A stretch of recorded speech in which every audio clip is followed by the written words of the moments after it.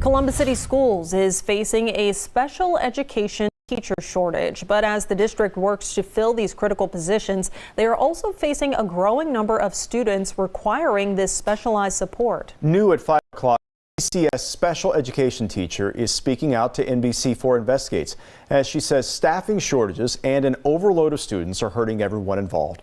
Isabel Cleary joins us now. And Isabel, how can this problem be addressed? Jared, Jen, the answer is more staff, but with the shortage of intervention specialists, that isn't an easy fix. I spoke with one of these teachers who is currently working at Columbus City Schools. She asked to remain anonymous to avoid backlash. However, she wanted to speak up because she says she feels the district is not handling the shortage well. At that point, we're just babysitting. We're not helping anyone. About 10% of Columbus City Schools intervention specialists, commonly called special education teachers, quit in 2024. If we could hire 30 teachers tomorrow, we would do so. It's not a matter of not being willing to do it. It's a matter of not having a pool of candidates. So the district is getting creative, and what they're doing has some CCS staff concerned. So what we've had to do is make that, quite frankly, tough decision to ensure that every student that is in our district has a licensed intervention specialist. That decision is a reassignment and is what happened to this teacher. I was pulled from my school that I've been there for a long time and placed into a severe MD unit, nonverbal. No, and I told them I have no training of doing any of the working with these students. She says her license is for teaching children with mild to moderate disabilities. I didn't know how to change students.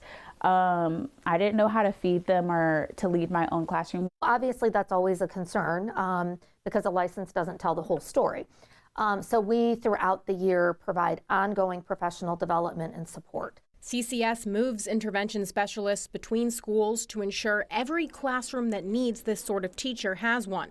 However, this intervention specialist says this is driving even more teachers to quit. I cried every single day. I didn't know what I was doing. I felt like there is a disservice to the students that I now had, and I was not capable of filling their needs. Not only are there not enough teachers, but the number of students in need is quickly growing. Our students are coming into kindergarten with skills that are so significantly below their typical peers. The Ohio Revised Code lays out specific guidelines for how many special needs students can be with one teacher. Elementary, middle, and junior high teachers cannot serve more than 16 children with intellectual disabilities. At the high school level, that number is 24.